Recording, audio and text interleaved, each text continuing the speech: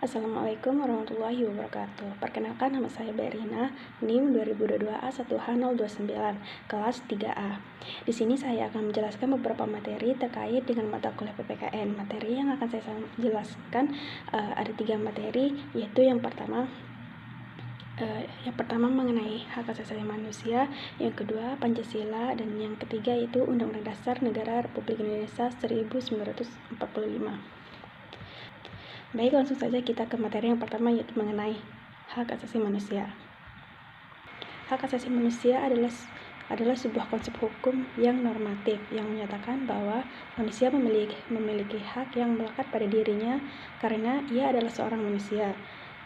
Hak asasi manusia juga berlaku kapan saja, di mana saja, dan kepada siapa saja karena hak asasi manusia itu bersifat universal. Kemudian HAM dalam Undang-Undang Dasar 1945.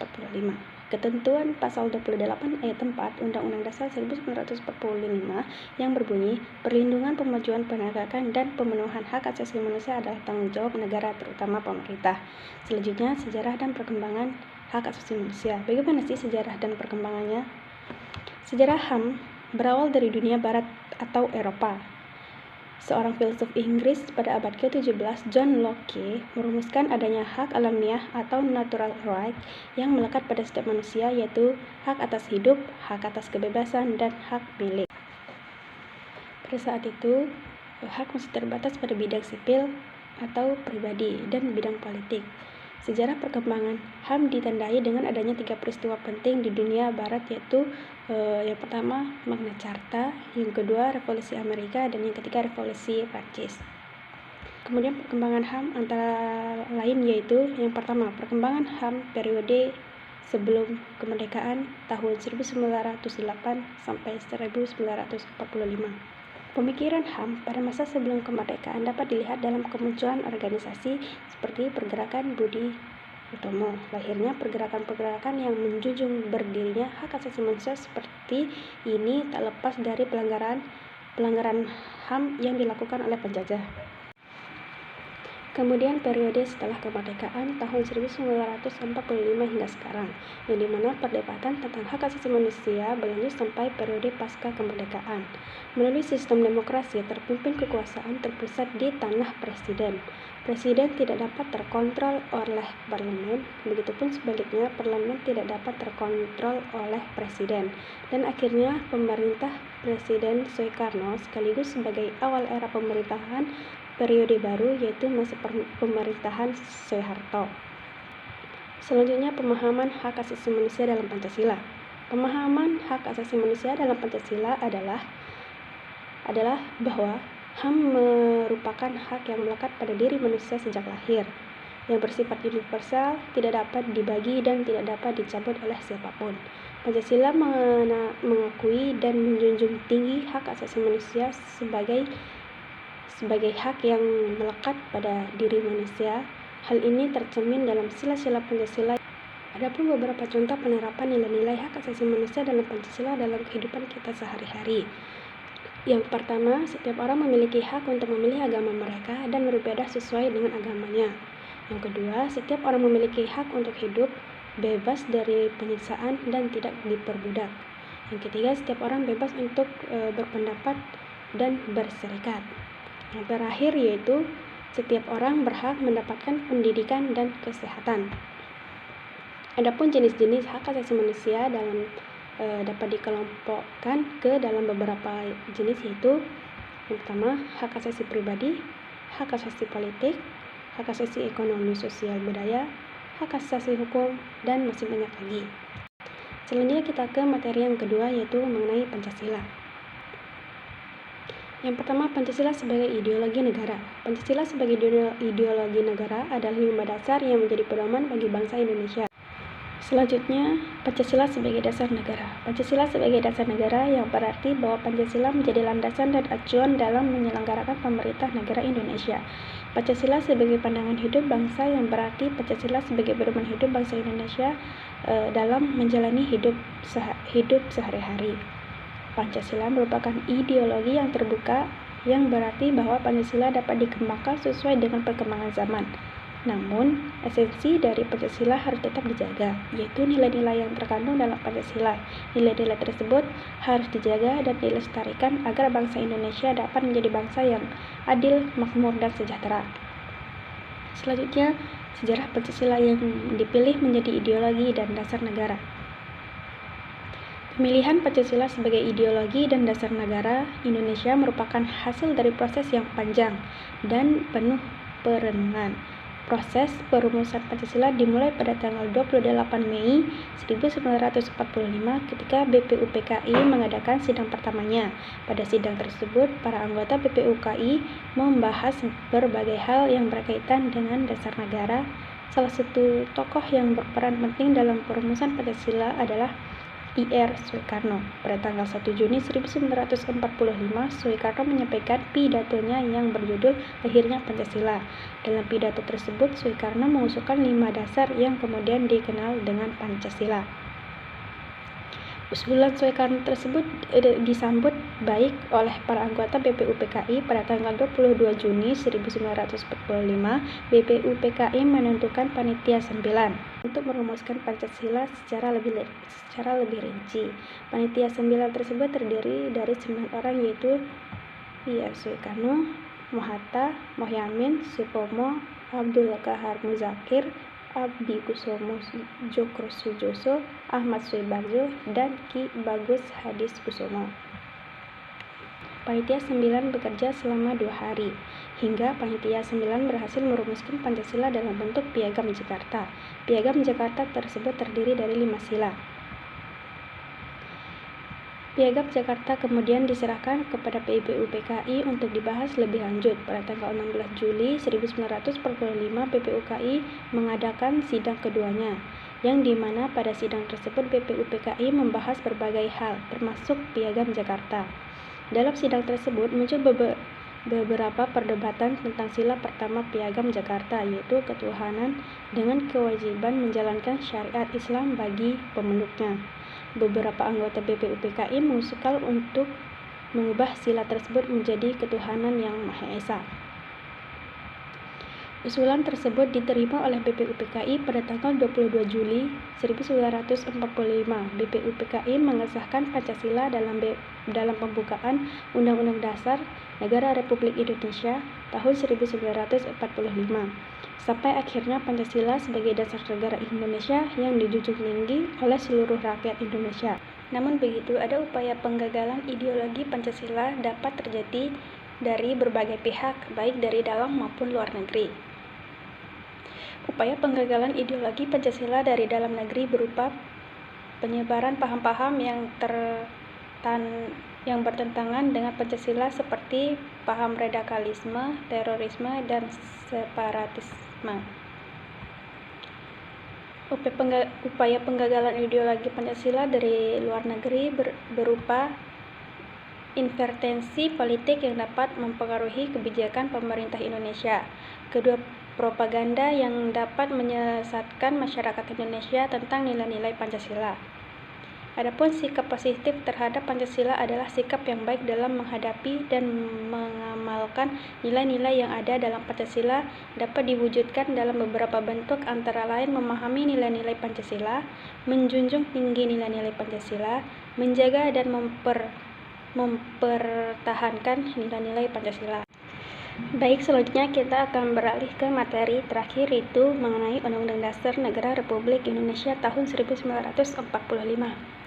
Yang pertama yang akan kita bahas yaitu mengenai Undang-Undang Dasar Negara Republik Indonesia tahun 1945. Undang-Undang Dasar Negara Republik Indonesia tahun 1945 merupakan hukum dasar tertulis tertinggi yang berlaku di Indonesia. Kedudukan Undang-Undang Dasar Negara Republik Indonesia tahun 1945 dapat dilihat dari beberapa aspek, yaitu yang pertama aspek hierarki. Undang-Undang Dasar Negara Republik Indonesia tahun 1945 menempati kedudukan yang tertinggi dalam hierarki peraturan perundang-undangan di Indonesia. Hal ini sesuai dengan pasal 7 ayat 1 Undang-Undang Nomor 12 Tahun 2011 tentang pembentukan peraturan perundang-undangan yang menyatakan bahwa Undang-Undang Dasar Negara Republik Indonesia tahun 1945 adalah hukum tertinggi dari segala sumber hukum dan peraturan perundang-undangan di Indonesia. Artinya, semua peraturan perundang-undangan yang ada di Indonesia harus bersumber dari Undang-Undang Dasar atau tidak bertentangan dengan Undang-Undang Dasar Negara Republik Indonesia tahun 1945. Jika ada peraturan perundang-undangan yang bertentangan dengan Undang-Undang Dasar 1945, maka peraturan perundang-undangan tersebut tidak berlaku. Yang kedua, aspek fungsi. Undang-Undang Dasar Negara Republik Indonesia 1945 memiliki fungsi sebagai berikut. Sebagai dasar negara, yaitu sebagai landasan dan pedoman dalam penyelenggaraan pemerintah dan kehidupan bermasyarakat, berbangsa dan bernegara. Sebagai sumber hukum tertinggi, yaitu sebagai sumber dari segala sumber hukum dan peraturan perundang-undangan di Indonesia. Sebagai tolak ukur dalam pengujian terutama perundang-undangan, yaitu untuk menentukan apakah suatu peraturan perundang-undangan itu sah atau tidak. Yang ketiga, aspek materi. Undang-Undang Dasar Negara Republik Indonesia 1945 berisi ketentuan-ketentuan tentang dasar negara, bentuk negara, sistem pemerintahan, kedaulatan rakyat, hak asasi manusia, dan lain-lain. Ketentuan-ketentuan tersebut merupakan landasan dan pedoman dalam penyelenggaraan pemerintahan dan kehidupan bermasyarakat, berbangsa, dan bernegara. Berdasarkan aspek-aspek tersebut, dapat disimpulkan bahwa Undang-Undang Dasar Negara Republik Indonesia 1945 memiliki kedudukan yang sangat penting dalam sistem hukum Indonesia. Undang-Undang Dasar Negara Republik Indonesia tahun 1945 merupakan sumber hukum tertinggi yang menjadi dasar dan pedoman dalam penyelenggaraan pemerintah dan kehidupan berbangsa, bermasyarakat, dan bernegara. Selanjutnya kita akan membahas mengenai Undang-Undang Dasar Negara Republik Indonesia tahun 1945. Ketetapan MPR, UU, PP, pengganti Undang-Undang Dasar, peraturan pemerintah, peraturan presiden, peraturan daerah provinsi, peraturan daerah kabupaten, kota. Undang-Undang Dasar Negara Republik Indonesia tahun 1945. Seperti yang kita sudah jelaskan tadi mengenai undang-undang, yaitu undang-undang adalah sumber hukum dasar tertinggi di Indonesia. Undang-undang juga mengatur tentang dasar negara, bentuk negara, sistem pemerintahan, hak asasi manusia, dan lain-lain. Undang-undang juga memiliki kedudukan yang lebih tinggi daripada peraturan perundang-undangan lainnya. Yang kedua, ketetapan MPR. Ketetapan Majelis Permusyawaratan Rakyat merupakan peraturan perundang-undangan yang dibentuk oleh Majelis Permusyawaratan Rakyat. Ketetapan MPR memiliki kedudukan yang setingkat dengan Undang-Undang Dasar Negara Republik Indonesia tahun 1945. Undang-Undang Peraturan Pemerintah. Undang-Undang Peraturan Pemerintah pengganti undang-undang merupakan peraturan perundang-undangan yang dibentuk oleh Presiden dalam hal ihwal kegentingan yang memaksa.